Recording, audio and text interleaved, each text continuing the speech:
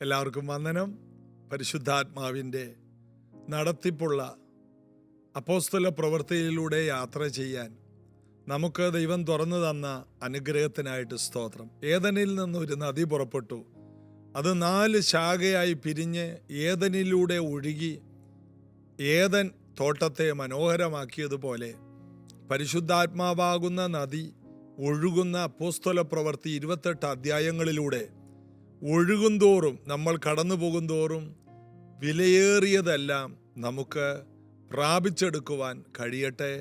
അപ്പോസ്തല പ്രവൃത്തി 28 അധ്യായത്തിനകത്ത് നിന്ന് അസാധാരണമായ ദൈവകൃപയെ ഉൾക്കൊള്ളുവാനും സ്വീകരിപ്പാനും പഠിക്കുവാനും പ്രാപിക്കുവാനും ആറ്ററമ്പത്ത് നട്ടിരിക്കുന്ന, തക്കകാലത്ത് ഫലം കായ്ക്കുന്ന, ഇലവാടാത്ത വൃക്ഷം പോലെ നിൽക്കാൻ ദൈവം നമുക്ക് പ്രാപ്തി തരട്ടെ. ഒരിക്കൽ APJ അബ്ദുൽ കലാം എന്ന നമ്മുടെ മുൻ പ്രസിഡന്റ് പറഞ്ഞൊരു വാക്കുണ്ട്: വിജയിക്കാൻ ഞാൻ എടുത്തിട്ടുള്ള തീരുമാനത്തിന് കരുത്തുണ്ടെങ്കിൽ പരാജയം ഒരിക്കലും എന്നെ പിന്തള്ളുകയില്ല. അപ്പോൾ വിജയിക്കാൻ എടുക്കുന്ന തീരുമാനത്തിന് കരുത്തുണ്ടാകണം. അങ്ങനെയാണെങ്കിൽ പരാജയത്തിന് നമ്മെ പുറകോട്ട് തള്ളാൻ കഴിയില്ലെന്ന്. വിജയിക്കാനുള്ള തീരുമാനത്തിന് കരുത്തുണ്ടാകണം. ആ വാക്കുകൾ വളരെ വിലപ്പെട്ടതാണ്. അങ്ങനെയാണ് രാമേശ്വരം എന്ന കൊച്ചു സ്ഥലത്തുള്ള ഒരു മനുഷ്യൻ ഇന്ത്യയിലെ ഏറ്റവും ഉന്നതനായ രാജ്യത്തിൻ്റെ പ്രസിഡന്റായി വരെ വന്ന ആ വലിയ ശാസ്ത്രജ്ഞൻ എഴുന്നേറ്റ് വന്നത്. എടുത്ത തീരുമാനമാണ്. ചില മഹാന്മാർ പറയുന്ന വാക്കുകൾക്ക് വളരെയധികം വിലയുണ്ട്. രാമേശ്വരത്ത് ഒരിക്കൽ ചെന്നപ്പോൾ അദ്ദേഹത്തിൻ്റെ ആ ഭവനത്തിൽ പോയി കാണാനായിട്ടിടയായി. ആ ഭവനം ഇന്ന് ഒരു ബിസിനസ് സ്ഥാപനമാണ്. അദ്ദേഹത്തിൻ്റെ സഹോദരൻ്റെ കുടുംബങ്ങളൊക്കെ അവിടെയുണ്ട്. അവരുടെ സ്ഥലത്ത് നിന്ന്, ആ ബിസിനസ് സ്ഥലത്ത് നിന്ന് ഞാനൊരു ശംഖ് വാങ്ങിച്ചു. APJ അബ്ദുൽ കലാമിൻ്റെ ആ ഭവനം, ഇപ്പോൾ അവിടെ ഒരു ബിസിനസ് സെൻറ്ററിൽ നിന്ന് ഞാനത് ഓർമ്മയ്ക്കായിട്ട് അദ്ദേഹത്തിൻ്റെ ഭവനത്തിൽ നിന്ന് വാങ്ങിയ ശംഖെന്ന് പറഞ്ഞ് എൻ്റെ വീട്ടിൽ കൊണ്ടുവന്ന് വെച്ചു. മഹാനായ മനുഷ്യൻ. വിജയിക്കാനുള്ള തീരുമാനത്തിന് കരുത്തുണ്ടായിരിക്കണം. അദ്ദേഹം നമ്മെ പഠിപ്പിക്കുന്ന കാര്യം അതാണ്. അതായത് ഒരു സ്ട്രോങ് ഡിസിഷൻ നമ്മൾ എടുക്കണം.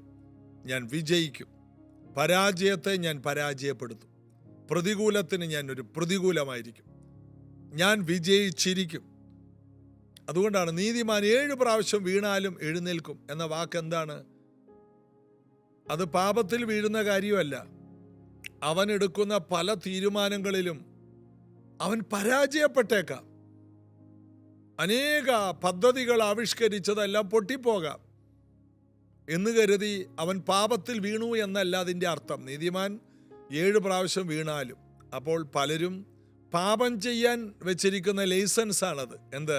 നീതിമാൻ 7 പ്രാവശ്യം വീഴാം, എന്നാൽ അതിൽ നിന്നല്ല എഴുന്നേറ്റ് വരും. ഇല്ല. യേശുവിനെ കർത്താവ് രക്ഷകനുമായി സ്വീകരിച്ച ഒരു വ്യക്തിക്ക് ദൈവത്തിൽ നിന്ന് ജനിച്ചവനിൽ പാപമില്ല. അവനെങ്ങനെ പാപം ചെയ്യാൻ കഴിയും? അതുകൊണ്ട് പുതിയ സൃഷ്ടി എപ്പോഴും അറിയണം, ഞാൻ നീതിമാനാണ്. എന്നാൽ എനിക്ക് വീഴ്ചകൾ വരുന്നത് എൻ്റെ ജീവിതത്തിൽ ഞാൻ എടുത്ത വലിയ വലിയ തീരുമാനങ്ങളിൽ പരാജയപ്പെടാം. ചിലപ്പോൾ അത് ദൈവത്തിൻ്റെ സമയമല്ലായിരിക്കാം. മോശ പരാജയപ്പെട്ടില്ലേ? മോശ ദൈവത്തിന് വേണ്ടി ഒരു എഫർട്ട് എടുത്തത് പോലും പൊളിഞ്ഞുപോയി. നീണ്ട 40 വർഷം വീണ്ടും കാത്തിരിക്കേണ്ടി വന്നില്ലേ? 80ാമത്തെ വയസ്സിൽ മോശ വിജയിക്കുന്നതാണ് നമ്മൾ കാണുന്നത്. അതുകൊണ്ട് നമ്മൾ വിജയിക്കാൻ നമ്മൾ എടുക്കുന്ന തീരുമാനത്തിന് കരുത്തുണ്ടായിരിക്കണം. ആ കരുത്തൊരിക്കലും നമ്മളെ വിട്ടു മാറരുത്. ഉറച്ച തീരുമാനമായിരിക്കും. ഞാൻ വിജയിക്കും. എത്ര പ്രാവശ്യം പരാജയപ്പെട്ടാലും ഞാൻ പിന്മാറില്ല. ഓരോ പരാജയത്തിൽ നിന്നും നമ്മളെന്തെല്ലാം വിലയേറിയ സത്യങ്ങൾ പഠിക്കുന്നുണ്ട്. അതുകൊണ്ട് വിജയിച്ചവരോടല്ല നമ്മൾ പല കാര്യങ്ങളും ചോദിച്ച് മനസ്സിലാക്കേണ്ടത്. അനേക പ്രാവശ്യം പരാജയപ്പെട്ടിട്ട് വിജയിച്ചവരോട് കാര്യങ്ങൾ ചോദിച്ച് മനസ്സിലാക്കണം. അതൊരു വലിയ ജയമായിട്ട് തീരും. അനേക പരാജയത്തിൽ നിന്ന് വിജയം പഠിച്ചെടുക്കുന്നവരുണ്ട്. അവരെ നമ്മൾ എപ്പോഴും ശ്രദ്ധിക്കണം. കർത്താവ് അനുഗ്രഹിക്കട്ടെ.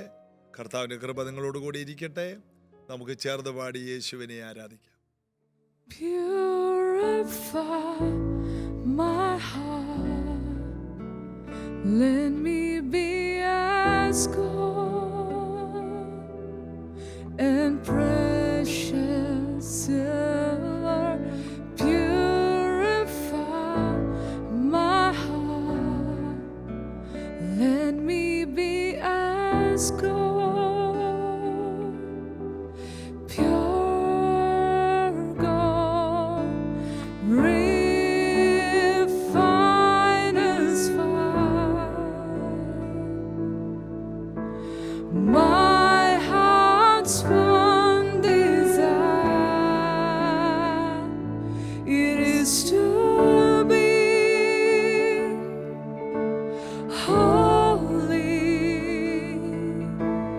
set apart for you, Lord.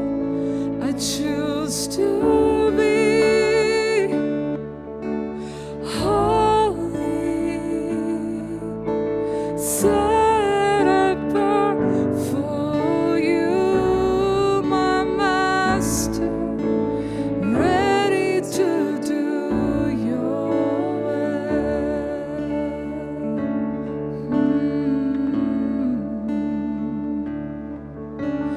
Purify my heart, cleanse me from within. Lord, make me holy. Purify my heart, cleanse me from my sin. Till within, refiner's fire. My heart's one desire, it is to be holy, set apart for you, Lord. I choose to be holy, set apart for you, my Master, ready to do your will. It is to be holy, set apart for you, Lord. I choose to be holy, set apart for you, my Master, ready to do your will.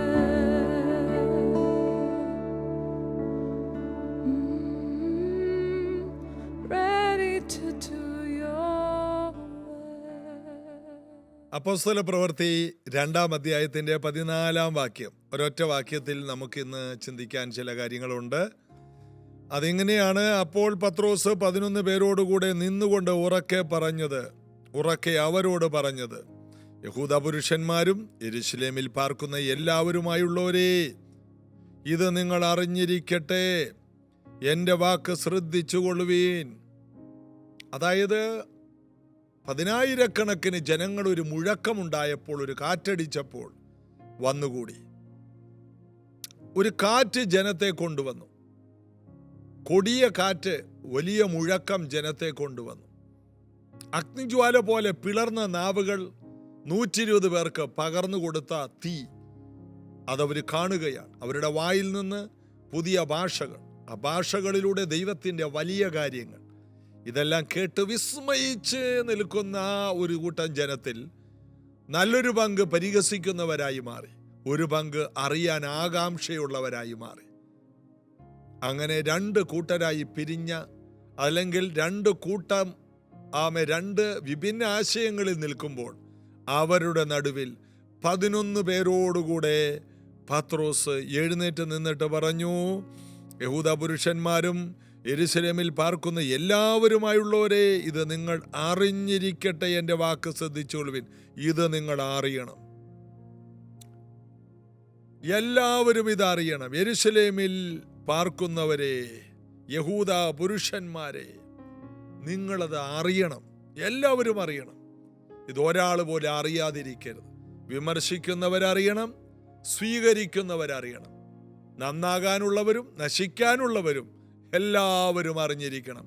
ഒരാൾ പോലും അറിഞ്ഞില്ല എന്ന് ന്യായവിധി ദിവസത്തിൽ പറയരുത്. അതുകൊണ്ട് എല്ലാവരും ഇതറിയണം. അതാണ് അദ്ദേഹത്തിൻ്റെ ആഗ്രഹം. ഒന്നാമത്തെ കാര്യം അതിൽ നിന്ന് നമ്മൾ പഠിക്കുന്നത്, ആ വാക്യത്തിൽ നിന്ന് പഠിക്കുന്നത്, ഈ പത്രോസ് ജീവിതത്തിൽ വളരെയധികം ഭീരുവായിരുന്നു.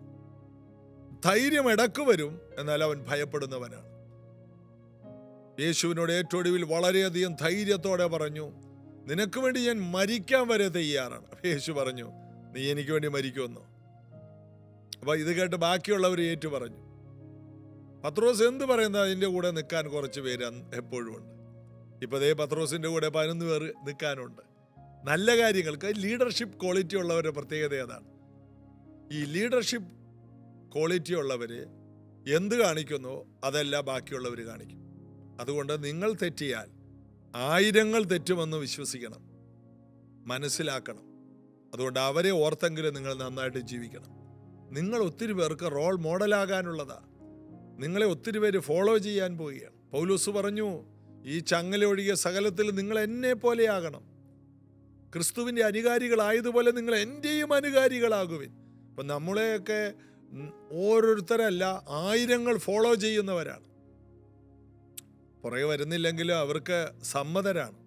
അതുകൊണ്ട് അവരെ ഓർത്തെങ്കിലും നമ്മൾ നന്നായിട്ട് നിൽക്കണം. പത്രോസ് മീൻ പിടിക്കാൻ പോയപ്പോൾ എല്ലാവരും കൂടി പോയി. യോഹന്നാനും ഉണ്ട്, എല്ലാവരും പോയി. പത്രോസ് പിന്മാറ്റത്തിലാണോ? എല്ലാവരും. പത്രോസ് എഴുന്നേറ്റാൽ എല്ലാവരും എഴുന്നേക്കും. പത്രോസ് ക്ഷീണിച്ചാൽ എല്ലാവരും ക്ഷീണിക്കും. അതാണ് ലീഡറിൻ്റെ പ്രത്യേകത. അപ്പം ലീഡർഷിപ്പ് ക്വാളിറ്റി ഉള്ളവർ എന്നും നിങ്ങളുടെ ജീവിതം വളരെയധികം സൂക്ഷിക്കണം. നിങ്ങൾ തകർന്നാൽ, നിങ്ങൾ പരാജയപ്പെട്ടാൽ ഒരുപക്ഷെ ഒരു വലിയ മൂവ്മെൻ്റാണ് ഇല്ലാതെയായി പോകുന്നത്. എത്രയോ ചരിത്രങ്ങൾ നമുക്ക് പറയാനുണ്ട്. എത്രയോ പേർ വലിയ പ്രസ്ഥാനങ്ങളിലേക്ക് വന്നവർ പെട്ടെന്നാണ് ഒരു ചെറിയ വിഷയത്തിൽപ്പെട്ട് അവരില്ലാതെ പോയില്ലേ. അതുകൊണ്ട് നിങ്ങൾ ലീഡർഷിപ്പ് ക്വാളിറ്റി ഉള്ളവർ ഒരിക്കലും ദൈവകൃപ വിട്ട് പോകരുത്. നിങ്ങൾ എനിക്ക് വേണ്ടി പ്രാർത്ഥിക്കും, ഞാൻ നിങ്ങൾക്ക് വേണ്ടി പ്രാർത്ഥിക്കും. നമ്മൾ അവസാനം വരെ നിൽക്കണം. നമ്മെ ഒത്തിരി പേർക്ക് മാതൃകയായി നിൽക്കാൻ ദൈവം ആക്കിയിരിക്കുന്നവരാണ്. എന്നാൽ പത്രോസ് മടങ്ങി വന്നു. അവൻ ഭീരുവായതുകൊണ്ടാണ് യേശുവിനെ തള്ളി പറഞ്ഞത്. എന്നാൽ അവൻ മടങ്ങി വന്നു. പരിശുദ്ധാത്മ വന്നപ്പോൾ അവൻ അതിധൈര്യമുള്ളവനായി മാറി. അപ്പോൾ പത്രോസ് എഴുന്നേറ്റു. അവിടെ വായിക്കുന്ന ഏറ്റവും ഭയപ്പെട്ടിരുന്നവൻ ഏറ്റവും ധൈര്യപ്പെട്ട് എഴുന്നേറ്റു. യെരൂശലേമിൽ വന്നു പാർക്കുന്ന വിദ്യാസമ്പന്നരായ വലിയ വലിയ മനുഷ്യരുടെ നടുവിൽ ഗലീലക്കാരനായ മീൻപിടുത്തക്കാരൻ എഴുന്നേറ്റ് നിൽക്കുകയോ. ഇന്ന് വരെ അങ്ങനെ ഒരു സംഭവമില്ല. ആദ്യമായിട്ട് പത്രോസ് ഇന്ന് വരെ പ്രസംഗിച്ചിട്ടില്ല.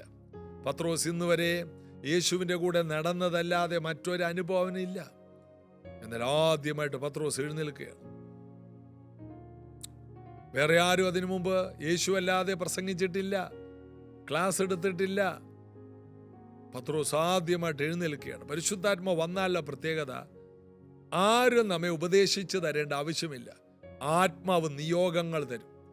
ശിമയോൻ എന്ന മനുഷ്യൻ, യെരൂശലേമിലുണ്ടായിരുന്ന മനുഷ്യൻ, ആത്മനിയോഗത്താൽ ആലയത്തിൽ ചെന്ന് യേശുവിനെ കയ്യിലേന്തിയതുപോലെ ആത്മനിയോഗങ്ങൾ, പ്രാർത്ഥിക്കുന്നവന്, അഭിഷേകമുള്ളവന്, ദൈവസന്നിധിയിൽ ഇരിക്കുന്നവന് ആത്മനിയോഗങ്ങൾ ഉണ്ടാകും. അവനൊരു നിയോഗമുണ്ടായി. ചാടി എഴുന്നേറ്റ് ചില കാര്യങ്ങൾ ഇതിലൂടെ പറഞ്ഞ് യേശുവിനെ ഉയർത്താനുള്ള നിയോഗമുണ്ടായി. അവൻ ചാടി എഴുന്നേറ്റു. അവിടെ എന്താണ്? ഏറ്റവും ഭയപ്പെട്ടിരുന്നവൻ ഏറ്റവും ധൈര്യമുള്ളവനായി. പരിശുദ്ധാത്മാവ് വന്നു കഴിഞ്ഞാൽ ആ ഭയമെല്ലാം ഓടിപ്പോകും. ഇന്ന് വരെ നീ നിൽക്കാത്തിടത്തൊക്കെ ദൈവം നിന്നെ നിർത്തും. നീ നിൽക്കും. ഇതുവരെ ചെയ്യാത്ത കാര്യങ്ങൾ നിന്നെ കൊണ്ട് ദൈവം ചെയ്യിക്കും. ഞാനെപ്പോഴും ഓർക്കും, ഞാൻ വണ്ടി ഓടിക്കുന്ന കാര്യം. എനിക്ക് വിശ്വാസത്തിൽ വരുന്നതിന് മുമ്പ് സൈക്കിൾ ഓട്ടാനല്ലാതെ ഒരു സ്കൂട്ടർ ഓടിക്കാൻ പോലും അറിയില്ല. എന്നാൽ ഇന്ന് ഞാൻ ഓർക്കുകയാണ്, അയ്യോ ഞാൻ എങ്ങനെയാണ് വണ്ടി ഓടിക്കുന്നത്. പരിശുദ്ധാത്മാവ് വന്നു കഴിയുമ്പോൾ ആ കാര്യവും നടക്കും.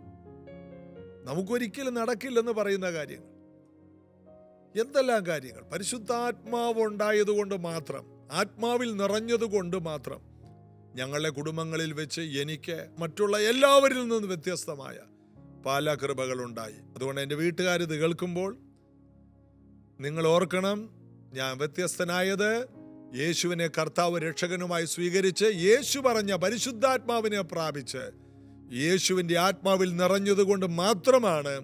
നിങ്ങളുടെ കുടുംബത്തിൽപ്പെട്ട ഞാൻ ഇന്ന് ഇതിനകത്ത് ഇരുന്നു കൊണ്ട് ഈ സംസാരിക്കുന്നത്, ലോകരാജ്യങ്ങളിൽ യാത്ര ചെയ്യുന്നത്, സ്റ്റേജുകളിൽ നിന്ന് സ്റ്റേജുകളിലേക്ക് യാത്ര ചെയ്തത് ഒരു കഴിവുമല്ല, മുഴുവനും പരിശുദ്ധാത്മാവാണ്. ശീമോനെ പത്രോസാക്കുന്ന കർത്താവ് നമ്മുടെ കൂടെയുണ്ട്. തളർന്നിരിക്കുന്നവനെ താങ്ങുന്നവൻ, എഴുന്നേൽപ്പിക്കുന്നവൻ നമ്മുടെ പരിശുദ്ധാത്മാവ് നമ്മുടെ കൂടെയുണ്ട്. രണ്ടാമത്തെ കാര്യം, ഒറ്റക്കെട്ടായി നിന്നുകൊണ്ടുള്ള മിനിസ്ട്രി. ഒന്ന്, ഏറ്റവും പേടിയിൽ നിന്ന് ഏറ്റവും ധൈര്യത്തിലേക്ക്. രണ്ട്, ഒറ്റക്കെട്ടായി നിന്നുകൊണ്ടുള്ള ഒരു മിനിസ്ട്രി പത്രോസ് തുടങ്ങുകയാണ്. 11 പേര് കൂടെ നിൽക്കുകയാണ്. 120 പേരുടെ ഇടയിൽ നിന്നാണ് എഴുന്നേറ്റത്. എന്നാൽ പത്രോസ് എഴുന്നേറ്റപ്പോൾ 11 പേരും കൂടി എഴുന്നേറ്റു. യൂണിറ്റിയാണ് നമ്മൾ കാണുന്നത്. പത്രോസ് എഴുന്നേറ്റാൽ ബാക്കിയുള്ളവരും എഴുന്നേൽക്കും. പത്രോസ് ക്ഷീണിക്കാൻ അവര് അവസരം കൊടുക്കില്ല. മോശയുടെ കൈക്ക് ഭാരമേറിയപ്പോൾ അഹരോനും ഹൂരും കുന്നിന്റെ മുകളിലോട്ട് ഓടി വന്ന് മോശയുടെ കൈ സൂര്യൻ അസ്തമിക്കുവോളം കൈ താങ്ങി, അവന്റെ കൈ സൂര്യൻ അസ്തമിക്കും വരെ ഉറച്ചു നിന്നു എന്ന്. 2 പേര് മോശയെ പിടിച്ച ഒരു കല്ലിന്മേൽ ഇരുത്തി അവന്റെ കൈകളെ ഉറച്ചു നിൽക്കുമാറാക്കി. അപ്പോൾ കൂടെ നിൽക്കുന്നവരുണ്ടെങ്കിൽ വലിയ ജയം മോശയ്ക്ക് ലഭിച്ചതുപോലെ ഉണ്ടാകും. കൂടെ ചിലരുണ്ടെങ്കിൽ, ഞങ്ങൾ കുറച്ച് ദൈവദാസന്മാർ ഒരുമിച്ചിരുന്ന് പ്രാർത്ഥിക്കും. അങ്ങനെ ആ ഫെലോഷിപ്പ് തുടങ്ങിയ ശേഷം ഞങ്ങൾക്ക് ഭയങ്കര ധൈര്യമാണ്. ഞങ്ങളിൽ തന്നെ ഭയങ്കര മാറ്റങ്ങളും അഭിവൃദ്ധിയും എല്ലാം ഉണ്ടായി. ഞങ്ങളുണ്ട് കൂടെ. അങ്ങോട്ടും ഇങ്ങോട്ടും ഞങ്ങൾ പറഞ്ഞിട്ടുണ്ട്, നമ്മൾ ഒറ്റക്കല്ല, നമ്മൾ അങ്ങോട്ടും ഇങ്ങോട്ടൊക്കെ ഒന്നിച്ച. ഒരാൾക്കൊരു ക്ഷീണം വന്ന അടുത്ത ആളുണ്ട്. ഒരുവനേക്കാൾ 20 നല്ലത്. ഇതുപോലെ 11 പേര് എഴുന്നേറ്റ് നിൽക്കുകയാണ്. പത്രോസ് ധൈര്യപ്പെടാൻ അവർക്ക് വാ തുറക്കേണ്ട ആവശ്യം വന്നില്ല. അതിനു മുമ്പ് തന്നെ പത്രോസിന്റെ വാക്കുകൾ, അവരുടെ കൂട്ടായ്മ, അവർ പുറകിൽ വെറുതെ നിന്നാ മതി. നമ്മൾ ഈ ജംഗ്ഷനിലൊക്കെ ചില സമയങ്ങളിൽ കാണൂല്ലേ, ഒരു ഓട്ടോറിക്ഷക്കാരനെ ആരെങ്കിലും ഒന്ന് തൊട്ടാൽ ബാക്കി ഓട്ടോറിക്ഷക്കാരൊന്നും ഒന്നും ചെയ്യില്ല. ആ കാക്കി യൂണിഫോം ഇട്ടുകൊണ്ട് വെറുതെ വന്ന് അവരുടെ കൂടെ അങ്ങോട്ട് നിൽക്കും.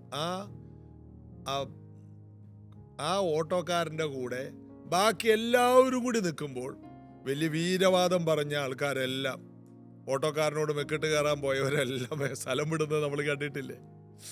എന്താ കാര്യം? ഒരു 5-10 പേര് വന്ന് ആ പുറയിൽ വെറുതെ നിന്നാണ്. എന്താ ഏട്ടാ കാര്യം? ചിലർ വെറുതെ വന്ന് നിന്നാണ്. കാര്യം ഇത് ശരിയാവൂല്ലെന്ന് മനസ്സിലായി. തെറ്റ് ഓട്ടോക്കാരൻ്റെ കയ്യിലായിരിക്കും ഒരു പക്ഷേ. എന്നാലും ആർക്കും തൊടാൻ പറ്റില്ല. കാരണം കൂടെ നിൽക്കാൻ ആരെങ്കിലും ഉണ്ടെങ്കിൽ. ഇന്ന് സമൂഹത്തിൽ കൂടെ നിൽക്കാൻ ആരുമില്ല. ഇതാ പത്രോസിന്റെ കൂടെ എഴുന്നേൽക്കാൻ ചിലരുണ്ട്. നീ ഒരു പദ്ധതിയുമായിട്ട് എഴുന്നേൽക്കുമ്പോൾ നിന്റെ ഒപ്പം കൈ തന്ന് എഴുന്നേൽക്കാൻ ചിലരുണ്ടെങ്കിൽ നിനക്ക് ധൈര്യമായിട്ട് മുന്നോട്ട് പോകാൻ കഴിയും. ഇന്ന് സമൂഹം നേരിടുന്ന ഏറ്റവും വലിയ വിഷമം അതാണ്. നമ്മളൊരു വിഷയവുമായിട്ട് എഴുന്നേൽക്കുമ്പോൾ നമ്മുടെ ഒപ്പം കൂടെ എഴുന്നേൽക്കാൻ ആരെങ്കിലും ഉണ്ടോ? ഇതാ പത്രോസിന് കൂടെ എഴുന്നേൽക്കാൻ ചിലരുണ്ട്.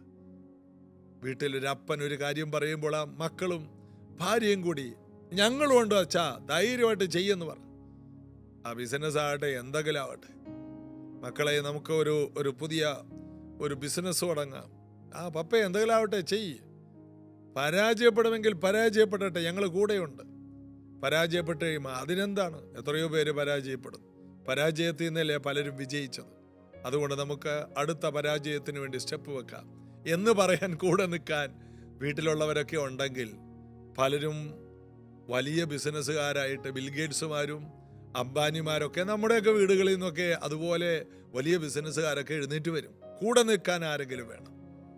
നമ്മുടെ വീട്ടിൽ നിന്ന് വേണം, നമ്മുടെ കൂട്ടായ്മയിൽ നിന്ന് വേണം, നമ്മുടെ സമൂഹത്തിൽ നിന്ന് വേണം കയ്യടിക്കാൻ, പ്രോത്സാഹിപ്പിക്കാൻ. നമ്മുടെ കുഞ്ഞുങ്ങൾ എഴുന്നേറ്റ് നടക്കുമ്പോൾ നമ്മൾ കയ്യടിക്കാറില്ലേ? വീഴുമ്പോഴും കയ്യടിക്കും, എഴുന്നേൽക്കുമ്പോഴും കയ്യടിക്കും, വീഴുമ്പോഴും നമ്മൾ ചിരിക്കും. അതിനെ വീണോ എന്ന് പറഞ്ഞ് വഴക്കിടാറില്ല.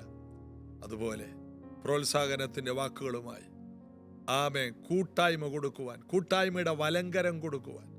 പത്രോസ് യോഹന്നാനെ കുറിച്ച് പൗലോസ് പറയുകയാണ്, പരിച്ഛേദനക്കാരിടയിൽ വ്യാപരിച്ചവൻ ഇതാ ഞങ്ങളുടെ ഇടയിലും ജാതികളിൽ വ്യാപരിച്ചു. അപ്പോൾ പത്രോസ്, യാക്കോബ്, യോഹന്നാനും ഞങ്ങൾക്കും ജാതികളുടെ ഇടയിലെ ശുശ്രൂഷയ്ക്കായിട്ട് കൂട്ടായ്മയുടെ വലങ്കരം തന്നു എന്ന് പിന്നത്തേതിൽ പറയുന്നു. അപ്പോൾ ഇവരെല്ലാം ഒന്നിച്ച് നിൽക്കുന്നവരാണ്. പൗലോസ് ഒറ്റക്കിറങ്ങി തിരിച്ചപ്പോൾ അന്ന് ഒരുമിച്ച് കൂട്ടായിട്ട് നിന്നവർ പൗലോസിന് കൂട്ടായ്മ കൊടുത്തു. ഇതൊക്കെയായിരുന്നു 1-ാം നൂറ്റാണ്ടിലെ സഭയുടെ ബലം. ഒരുത്തൻ എന്തെങ്കിലും തെറ്റുപറ്റിയ ബാക്കി എല്ലാവരും കൂടി വിമർശിച്ച് അവനെ കൊട്ടി ഇല്ലാതെയാക്കുന്നതല്ലായിരുന്നു 1-ാം നൂറ്റാണ്ടിൽ. സാരമില്ലെന്നേ, ഞങ്ങൾ ഇതിൻ്റെ കൂടെ ഉണ്ട്, ധൈര്യമായിട്ട് മുന്നോട്ട് പോ. ഒരു ദേശത്തൊരു ദൈവവേല വിജയിക്കണമെങ്കിൽ അനേകർ ഒറ്റക്കെട്ടായിട്ട് നിന്നാൽ എങ്ങനെയുണ്ടാകും? ഒരു 10-15 സഭകൾ ഒറ്റക്കെട്ടായിട്ട് നിന്ന് എത്ര വലിയ മീറ്റിങ്ങുകൾ വെക്കാം.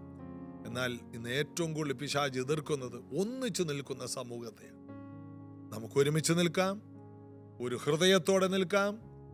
പത്രോസിന്റെ കൂടെ മറ്റുള്ളവർ എഴുന്നേറ്റതുപോലെ നമുക്ക് ഒറ്റക്കെട്ടായി നിൽക്കാം. കർത്താവിൽ നമുക്ക് ബലപ്പെടാം. ഒരു കാര്യം കൂടി, സത്യം അറിയാൻ ജനങ്ങളെ വിളിക്കുക, സത്യം തെളിയിക്കുക. അതാണ് പത്രോസ് ചെയ്തത്. ഒന്ന് ധൈര്യപ്പെട്ട് എഴുന്നേറ്റു, മറ്റുള്ളവരുടെ കൂടെ എഴുന്നേറ്റു. മൂന്നാമത് സത്യം പറയുവാനുള്ള പത്രോസിന്റെ ആവേശം, ജനങ്ങളെ അറിയിക്കാനുള്ള ഒരു ആവേശം, അതായിരുന്നു അവന്റെ എഴുന്നേൽപ്പിന്റെ പുറകിൽ. ഇതുപോലെ മറ്റുള്ളവരോട് ഈ സത്യം പറയണം, ഇത് ദൈവത്തിൽ നിന്നാണെന്ന് പറയണം. അറിഞ്ഞ സത്യത്തെ അടക്കി വെക്കരുത്. എത്ര വലിയ വിമർശനങ്ങളുടെയും പരിഹാസങ്ങളുടെ നടുവിലും അറിഞ്ഞ സത്യത്തെ ഉറക്കെ വിളിച്ചു പറയുവാൻ, യേശുവിനെ കുറിച്ച് പറയാൻ നമുക്ക് കൃപയുണ്ടാകട്ടെ. പ്രാർത്ഥിക്കാം. യേശു കർത്താവേ, ഈ വചനങ്ങൾ കേട്ട ഓരോ പ്രിയപ്പെട്ടവരുടെ ജീവിതത്തിൽ അസാധാരണമായ, അസാമാന്യമായ ദൈവകൃപയുടെ നദി ഒഴുകട്ടെ. ഏദനിൽ ഒഴുകിയ നദി പോലെ, അപ്പോസ്തല പ്രവൃത്തിയിൽ ഒഴുകുന്ന നദി പോലെ, ഇത് കേൾക്കുന്ന എല്ലാവരുടെയും ജീവിതത്തിൽ പരിശുദ്ധാത്മാവിന്റെ ഒരു ഓവർഫ്ലോ വിശ്വസിക്കുന്നവരുടെ മേൽ ഉണ്ടാകട്ടെ. ഓരോ ദൈവവചനം കേട്ടുകൊണ്ടിരിക്കുമ്പോൾ ഓരോ ദിവസവും ജീസസ് എവരിഡേയിലൂടെ ഇവരുടെ ജീവിതം മാറി മറിയട്ടെ. പുതിയ വെളിപ്പാടുകൾ, പുതിയ ദർശനം, പുതിയ ധൈര്യം, പുതിയ ഒരു ജീവിത ശൈലി, പുതിയ ഒരു തുടക്കം എല്ലാം പരിശുദ്ധാത്മാവിൽ എല്ലാവർക്കും ഉണ്ടാകാൻ ഇത് കേൾക്കുന്നവർക്ക് വേണ്ടി ഞാൻ അപേക്ഷിക്കുന്നു. രോഗങ്ങൾ സൗഖ്യമാണ്, ബന്ധനങ്ങൾ അഴിയട്ടെ, നുകങ്ങൾ ഒടിയട്ടെ, ശാപങ്ങൾ അഴിഞ്ഞു മാറട്ടെ യേശുവിൻ നാമത്തിൽ. ഇത് കേൾക്കുന്നവർക്കെല്ലാം വിശാലതകൾ ഉണ്ടാകട്ടെ. അനുഗ്രഹിക്കുന്നു യേശുവിൻ നാമത്തിൽ. ആമേൻ. വിശ്വസിക്കുക മാത്രം ചെയ്യുക. പരിശുദ്ധാത്മാവ് നിങ്ങളെ എഴുന്നേൽപ്പിക്കും, അസാധാരണമായിട്ട് ഉപയോഗിക്കും. നാളെ ഇതേ സമയത്ത് നമുക്ക് ഒരുമിച്ച് കാണാം. God bless you.